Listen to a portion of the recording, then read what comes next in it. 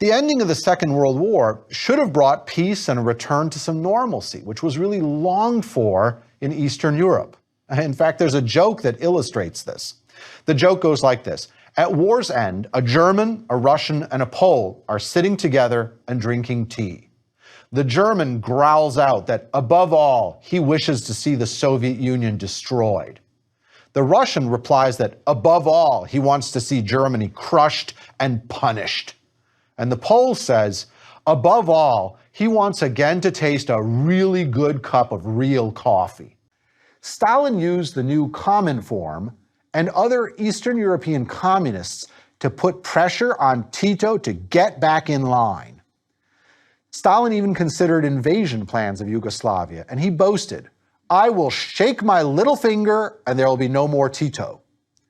The Yugoslav communists reacted by tightening their own control, often in very brutal ways. They arrested 14,000 of their own comrades who supported Stalin. They abused their enemies with the most striking flood of propaganda ever, in which they denounced them variously as, quote, a handful of renegades, ambitious and demoralized elements, vacillators and careerists, speculators, cold and soulless intellectuals who have never had any understanding of the struggle of our working masses, old opportunists, liquidators, and cowards, anti-party elements, Trotskyists, spineless characters who aspire to a comfortable life, spies enlisted by who knows whom, end quote. A story from Estonia shows this dynamic. In 1946, a Soviet army officer who was ethnically Estonian had gotten leave to visit his home. And so he decided to take a shortcut in Ruage in southern Estonia. As he walked home through the woods, he suddenly came upon a summer festival with a roaring, cheerful campfire lighting up the darkness. Around the campfire, people were dancing to the music of a band, laughter was ringing, and moonshine vodka was flowing. He assumed that this was one of the countless village feasts of high summer.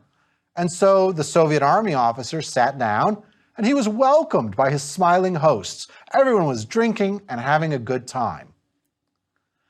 Then, after a while, the Soviet army officer started hearing more clearly the songs that were being sung around the campfire. They were songs he did not know. And one of the songs started, "I want to be home when Estonia is free." At this, the officer began looking around, and he finally noticed the stacks of rifles and neatly placed machine guns nearby. All at once, he realized to his horror that he had blundered into a party thrown by the Forest brothers. At just this moment, his hosts, who had kind of been wondering how long it would take him to realize this, laughed and grabbed him. They took his gun and his documents, and then, with more laughter, they sat him down again and gave him another mug of vodka, and everyone continued to party. Later, the partisans let him go unharmed. The Soviet army officer reported his adventure to his superiors, and he was punished severely for this adventure. But let's consider a scene that shows a breach in the Cold War division, an illegal one. The year is 1977. The Yugoslav police announced that they had just stopped an invasion on the long border with Italy, an invasion of blue jeans. In fact, young Western tourists to the Soviet Union or Eastern European countries in this time were often approached on city boulevards with illegal offers to buy the jeans right off their legs. Jeans were objects of desire. Soviet bloc countries tried to produce their own denim, but this yielded poor results.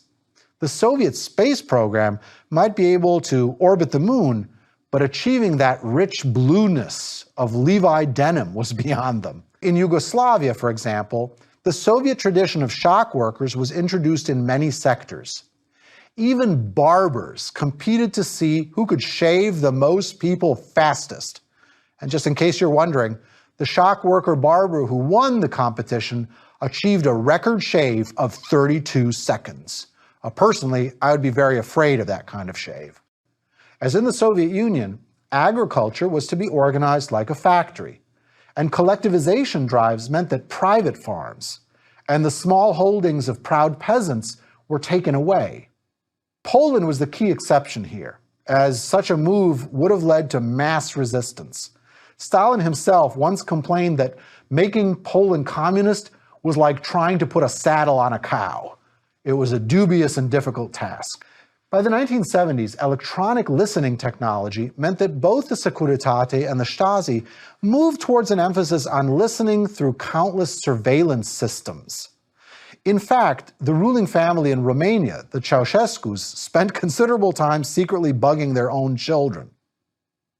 I remember visiting the Soviet Union in 1978 and noticing how ordinary people reacted if conversation turned towards a sensitive topic. One of two things would happen. Either everyone would walk outside to a park to speak freely out in the open, or someone would carefully put a pillow on top of the telephone. Now, unlikely as it was that every single phone or room might actually be bugged with listening devices, consider what that says about the perceived power of the secret police. Yet another feature of these Eastern European societies were jokes against communism. Created and then told and retold under circumstances of high pressure and risk, they were actually far funnier then than they can seem now. Here's just a sampling of the thousands of such anecdotes, as they're called, from the Russian term anekdoti. What's the difference between capitalism and communism? Well, the answer is capitalism is man's exploitation of man, but communism is the exact opposite. Another joke satirized the infallible but always changing party line that needed to be obeyed and the rewriting of history. The joke went, "How can we know what the future will be like when we can't even know what the past will be like in 10 years?" The privileged nomenclatura were frequent targets, as in the joke about the Soviet leader Leonid Brezhnev. In the joke, he's proudly showing to his mother all of the luxuries that he has gained because of his party position, his apartment, swimming pool, his car, and his mother finally tells him with worry, "Oh, Leonid, this is beautiful, but what if the communists come back?" In economic terms, the most common joke was, "We pretend to work, and they pretend to pay us." Those ever-present lines or cues were also featured in jokes, as in this one. A man stands in line all day to get bread, and yet, when he reaches the front of the line, the baker comes out and says, "That's it, there's no bread left." And the man, understandably, just loses it. He starts ranting against the system, ranting against shortages, ranting against the government. And eventually, a man in a trench coat, whom he's never seen before, puts a hand on his shoulder. And that man says, "Be careful, comrade. You know, in the old days, it would have been," and he mimes shooting a gun, pointing it at his head. The man walks home, dejected. And when he walks in the door, his wife takes one look at the expression on his face, and she drops the plate that she's holding and cries out, "What's wrong, my dear? Were they out of bread?" And the man answers, "Oh, it's worse than that. They're out of bullets." Even the feared police power was a target. In my favorite joke, a man goes to the Stasi to report that his parrot is missing. The Stasi tell him they have many more important things to do. It's not their responsibility. He should go speak to the city authorities. Maybe they can find it. The man says, "Okay," but before he leaves, he adds that he wants to stress that he in no way shares his parrot's political opinions. The pact made vividly clear that the Soviet Union was the big brother, ready to reimpose order in a fraternal way. So a joke made the rounds. Are the Russians our friends or are they our brothers? And the answer was, well, clearly they were brothers because you can choose your friends. He started with his secret speech at the 20th Party Congress of the Soviet Communist Party. In this speech, Khrushchev criticized Stalin for his cult of personality and his abuses, especially of fellow communists.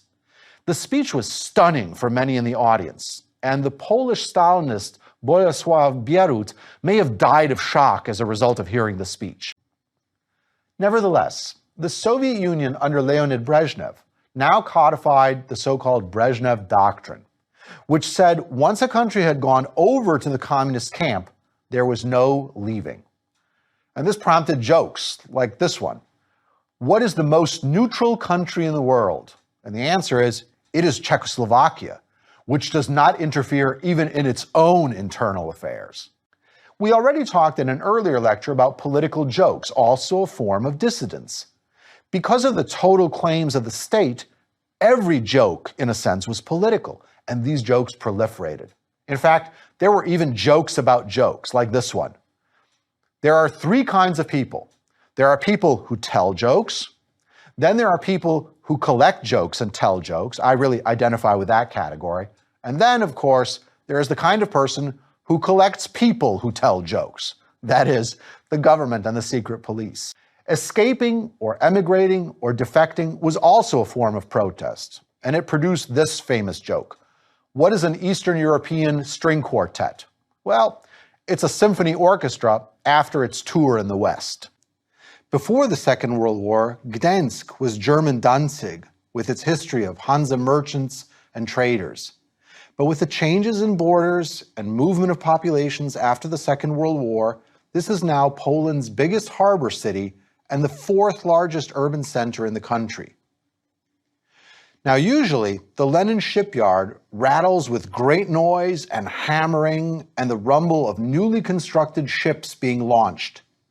But now all that has grown quiet, replaced with the low murmur of the hoarse voices of workers, as the news spreads through the vast industrial worksite, from sheds to warehouses to docks. Have you heard? They have just fired Mrs. Anna. Almost like the steady gathering of a summer storm, 16,000 workers gathered to demand that she be given her job back. That's how much she means to them. Why? She is Anna Valantinovich, a tiny widow in her early 50s, who has just been fired from her job as a welder and crane operator in the Lenin shipyard in Gdańsk. This one act of vindictive folly by the officials will spark a worker strike, which will grow into a social movement, which will grow into a national mobilization with unprecedented historical reverberations far beyond Gdańsk or Poland. Because she was never afraid to confront management, Valantinovich grew in stature in the eyes of her fellow workers, who called her fondly Pani Ania, that is, Mrs. Anna. Though she was slightly built and only 4 feet 11 inches tall, in their estimation, she was a towering figure of strength, their collective voice of conscience, and a true defender of workers' rights. Lately, she had antagonized the authorities by helping to build a monument at the gates of the Lenin shipyard to the memory of workers who had been shot 10 years before during a strike there. She had been arrested, and when the police threatened her, she allegedly told them, "Your days are numbered, and I couldn't care less."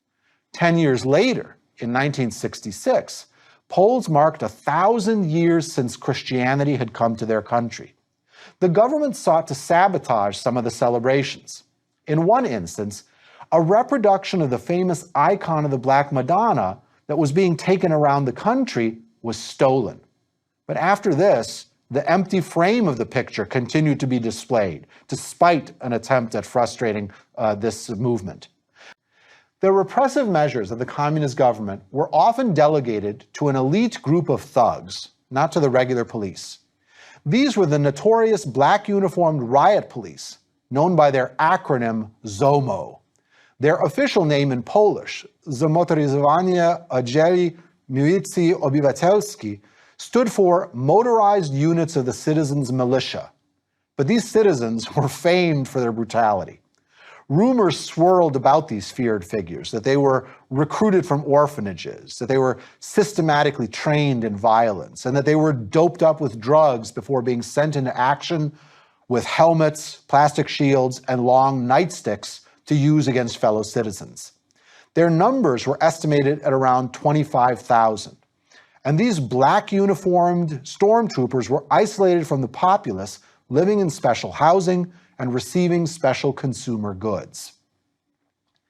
Even though the Zomo troops were feared and ostracized, at the same time, an entire genre of jokes grew up around them, ridiculing their lack of intelligence, lack of culture, and lack of restraint.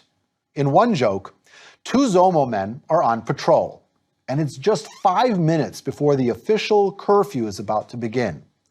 When a citizen passes by them, one of the Zomo men pulls out his gun and shoots him dead in the street.